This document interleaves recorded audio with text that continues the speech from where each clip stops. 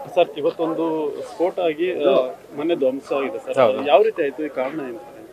ತಾವು ನೋಡ್ತಾ ಇದ್ರೆ ಇದು ಮನೆ ಬೆಳಿಗ್ಗೆ ಸುಮಾರು 7:30 ಸಮಯದಲ್ಲಿ ಇದು ಸಣ್ಣಾಗಿ ಬಿದ್ದೋಗಿತ್ತು. ಬ್ಲಾಸ್ಟ್ ಥರ ಸೌಂಡ್ ಬಂತು. ಬಿದ್ದೋದ ನಂತರ ಅಲ್ಲಿ ಅಜ್ಜಿ ಅಕ್ಕಯ್ಯಮ್ಮ ಅಂತ ಇದ್ದವರು, ಅವರು ಮಲಗಿದ್ದಾರೆ ಕಾಟ್ ಮೇಲೆ.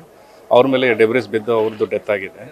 ಅದರಂತ ಅದು ಬ್ಲಾಸ್ಟ್ ಆದ ನಂತರ ಇಮಿಡಿಯೇಟ್ಲಿ ಅಕ್ಕಪಕ್ಕವರು ಇಮಿಡಿಯೇಟ್ಲಿ 112 ಕಾಲ್ ಮಾಡಿ ಪೊಲೀಸರು ತಿಳಿಸಿದ್ದಾರೆ. ಪೊಲೀಸರು ತಿಳಿಸಿದಾಗ ನಮ್ಮ ಪೊಲೀಸ್ ಸ್ಟೇಷನಿಂದ ಇಲ್ಲಿ ಬಂದು ನೋಡಿದಾಗ ಆವಾಗ ಆಲ್ರೆಡಿ ಎಲ್ಲ ಬಿದ್ದೋಗಿತ್ತು. ಮತ್ತು ಒಬ್ಬರದ್ದು ಡೆತ್ ಆದ ನಂತರ ಅಜ್ಜಿ ಅವರಿದ್ದಾರೋ ಅಕ್ಕಯ್ಯಮ್ಮ, ಅವರು ಮಗ ಮತ್ತು ಮೊಮ್ಮಕ್ಕಳಿಬ್ಬರು, ಮತ್ತು ಹಿಂದೆ ಮನೆಯಲ್ಲಿ ಒಬ್ಬರು ಹೊರಗಡೆ ಬಂದು ಪಾತ್ರೆ ತೊಳಿತಾ ಇದ್ದರು. ಆಯಮ್ಮಗೂ ಇಂಜುರಿ ಆಗಿದೆ. ಇವ್ರನ್ನ ಇಮಿಡಿಯೇಟ್ಲಿ ಹಾಸ್ಪಿಟಲ್ ಶಿಫ್ಟ್ ಮಾಡಿದ್ದಾರೆ.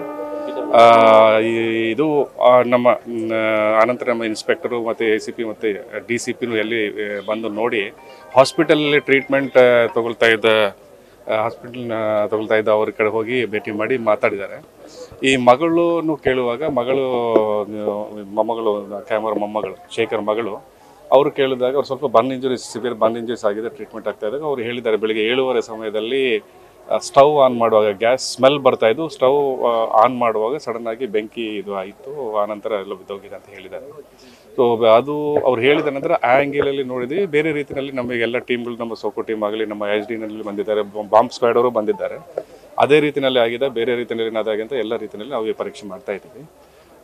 ಈ ಮನೆ ಕಂಪ್ಲೀಟ್ಲಿ ಧ್ವಂಸ ಆಗಿದೆ. ಜೊತೆಯಲ್ಲಿ ಈ ಬ್ಯಾಕ್ ಸೈಡ್ ಒಂದು ಶೀಟ್ ಮನೆಗಳಿದ್ದಾವೆ. ಆ ಶೀಟ್ ಮನೆಗಳಲ್ಲಿ 3 ಮನೆಗಳನ್ನು ಡ್ಯಾಮೇಜ್ ಆಗಿದ್ದಾವೆ. ಮತ್ತು ಈ ಮುಂದೆ ತಾವು ನೋಡ್ತಾ ಇದ್ದಾರೆ 3 ಮನೆಗಳದ್ದು ಅಲ್ಲಿ ಸ್ವಲ್ಪ ಈ ಕಿಟಕಿ ಎಲ್ಲ ಗ್ಲಾಸಸ್ ಎಲ್ಲ ಪುಡಿ ಆಗಿದೆ. ಸೊ ಇದಾದ ನಂತರ ಈಗ ಕಾರಣ ಏನಂತ ಮಗು ಹೇಳಿದ್ದಾರೆ. ಬಟ್ ಆದ್ರೂ ಸಹ ಎಲ್ಲ ರೀತಿಯಲ್ಲಿ ನಾವು ಪರೀಕ್ಷೆ ಮಾಡ್ತೇವೆ. ಅದೇ ರೀತಿಯಲ್ಲಿ ಆಗಿದೆ, ಬೇರೆ ರೀತಿಯಲ್ಲಿ ಆಗಿದೆ ಅಂತ. ಗಾಯದ ಕಂಡೀಷನ್ ಇದೆ ಸರ್? ಈಗ ಸ್ವಲ್ಪ ಅವರಿಗೆ ಇಂಜುರಿ, ಮಗೇನೋ ಬರ್ನ್ ಇಂಜುರೀಸ್ ಜಾಸ್ತಿ ಆಗಿದೆ. ಸೊ ಅವರು ಸ್ವಲ್ಪ ಕ್ರಿಟಿಕಲ್ ಇದ್ದಾರೆ. ಟ್ರೀಟ್ಮೆಂಟ್ ನಡೀತಾ ಇದೆ. ಉಳಿದವರಿಗೆ ಇಂಜುರೀಸ್ ಆಗಿದ್ದಾವೆ, ಸ್ವಲ್ಪ ಫ್ರಾಕ್ಚರ್ಸ್ ಎಲ್ಲ ಆಗಿದ್ದಾವೆ. ಅವರು ಟ್ರೀಟ್ಮೆಂಟ್ ತಗೊಳ್ತಾ ಇದ್ದಾರೆ.